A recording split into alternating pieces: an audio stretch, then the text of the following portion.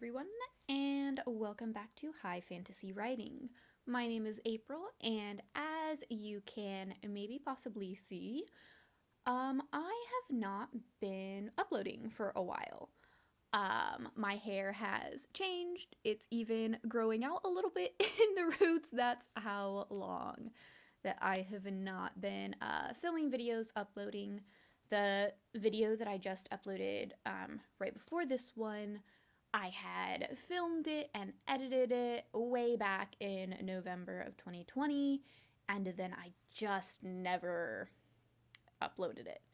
I got a full time job, and it was just, I didn't have the mental or the physical energy to actually film, upload, think about YouTube even. I was just focused on, okay, pay the bills, get the bills paid. But now I kind of want to go ahead and rededicate myself to the YouTube channel. I'm no longer working at the place I had been working, and I'm currently searching for a job that will pay me enough to live, but not be so many hours that I don't have time to dedicate to the stuff that I actually want to do. Writing, making these videos, it's actually a lot. It puts me in a much happier mind space, and I feel like I'm accomplishing much more than just going to a job that I don't really get any fulfillment out of. So I know that you've got to pay the bills and do what it takes to pay the bills, but I'm going to make as big of an effort as I can to do this as well and kind of give myself that creative outlet. So sometimes a long break happens. Sometimes a long break happens in your writing as well. That happened with me through these same months. I have not been writing on my story at all. Maybe you can tell that my little task board I have completely wiped clean because it was the same tasks that I had had on there for months. I had done 2 of them, and then months passed, and those other 2 were just not getting done. So when you're a writer, when you're a creative of any type, I think that there's a lot of times where there's this pause or a gap in productivity.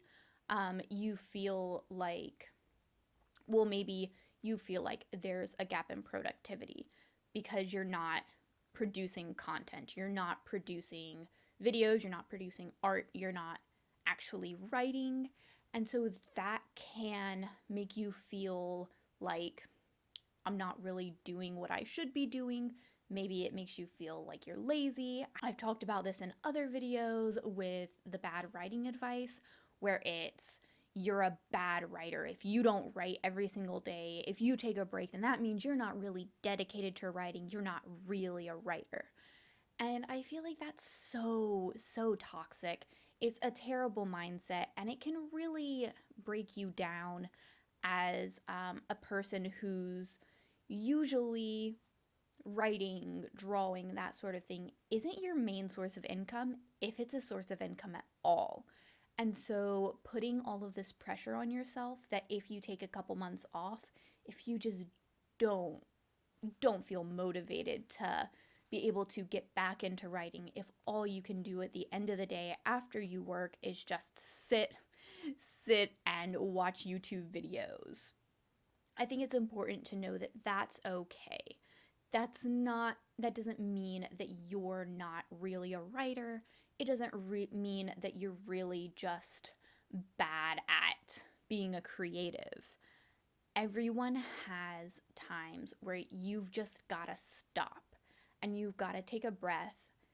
And sometimes it's not yourself choosing it. Sometimes it's outside forces that just, through no fault of your own, you just can't. So I guess this video is kind of me forgiving myself for stepping away from writing and stepping away from YouTube, and hopefully it can show you that it's normal. It's completely and totally a normal thing to happen to you in your life. So give yourself a little bit of grace, a little bit of forgiveness, and just know that you are still a writer. You're still a creative. You still have stuff to give to the world and to give to yourself through the creative process. The important thing is to get back to it. When you do have the energy, when you do have that random 3 days off, and then you think, oh, here's a little bit of time. It's okay if you only just reread over what you've already written. If you just kind of get yourself back in the mindset of your story, if you're just kind of thinking about story ideas, that's still doing work on your creative project. And just because you're not cranking out a whole bunch of words a day or new words a day, or you're not editing a chapter a day, that doesn't mean that you're not producing something of value to your creative pursuits. So that's kind of the mindset that I want to bring forward in this new chapter of my life as I am searching for a different job, hopefully a better job. I've had a lot of jobs recently where it was just pay the bills. I did not care about the industry that I was in. I did not care for the type of work I was doing. I just wanted to do my best to get money. I just wanted to do my best to pay my bills, keep the workplace that I was at up and running. So the jobs that I was doing was mostly service industry type of jobs, so working with the public, and I wanted to make sure that they felt welcome, even if I didn't care about the business that I was working at. I always wanted to make sure that the guests who were coming to that business did feel welcome and felt good in their day, and that's what I was focusing on, rather than actually feeling fulfilled in the job, in the industry that I was at. So I am hoping that I'm going to be able to find a job where either it's a very low maintenance type of job. I go in, I do my job, I get my paycheck, and I leave, so that I can focus a lot on this more creative stuff, or perhaps finding a job that fits better with the career that I want in my life. I'm actually an academic, so that would be ideal. Not teaching, not teaching. I don't enjoy teaching. Did that as a TA, didn't enjoy it. But just getting something that I feel fulfilled in, so that I do have the emotional and mental energy to put into working my creative side. So going forward on this channel, I do hope to get back to that 2 videos a month. I don't really want to commit to anything more than that because I'm not sure how much time I'm going to be getting with the new job. I'm going to try to cram as much productivity into this time where I don't have to go into work as I can, but I do have a lot of videos planned, kind of drafted out a little bit. I've gotten pretty big into D&D lately, so I have a couple of ideas for D&D, how I got into D&D, how you can flex your creative muscles in D&D.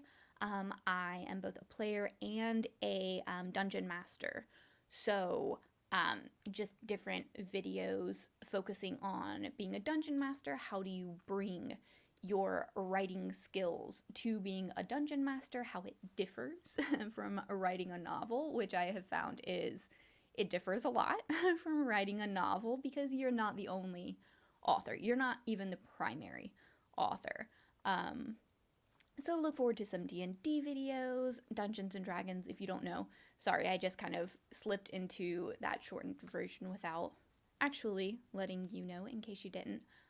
So some Dungeons and Dragons videos, some more critiquing videos, and some more videos specifically about writing and what to include in your writing, different aspects of that. I'm currently drafting out, and I'm pretty proud of, including micro diversity into your novels. That video I'm pretty excited about, that I'm going to be filming hopefully very soon. So that's kind of what to expect in the future for this channel, and thank you for sticking with me through these months, and I do really hope that you enjoy the videos that are about to come out. I am going to be filming the second part of the how to be a good critique partner video that I hinted at in the previous video that I filmed all those months ago. The next video is going to be about how specifically to word your critiques to your critique partner to make sure that you're heard, you get what you wanted to say across, and for your critique partner to be able to take that in without getting super defensive, because it is quite stressful getting critiques back, and I have found that if you word things in a certain way, it really opens up dialogue and inspires the writer if you word it the right way rather than the wrong way, which kind of can shut down the writer and make them just reject the stuff out of hand, even if you may have had really good ideas. So look forward to that video where you can figure out exactly how I personally word my critiques in a way that I hope really helps the author get inspired about their story and wants to make those changes. All right, well, thank you so much for watching. Please leave a like, subscribe, leave a comment if you would like on this video, and I do look forward to seeing you in the next one. Bye.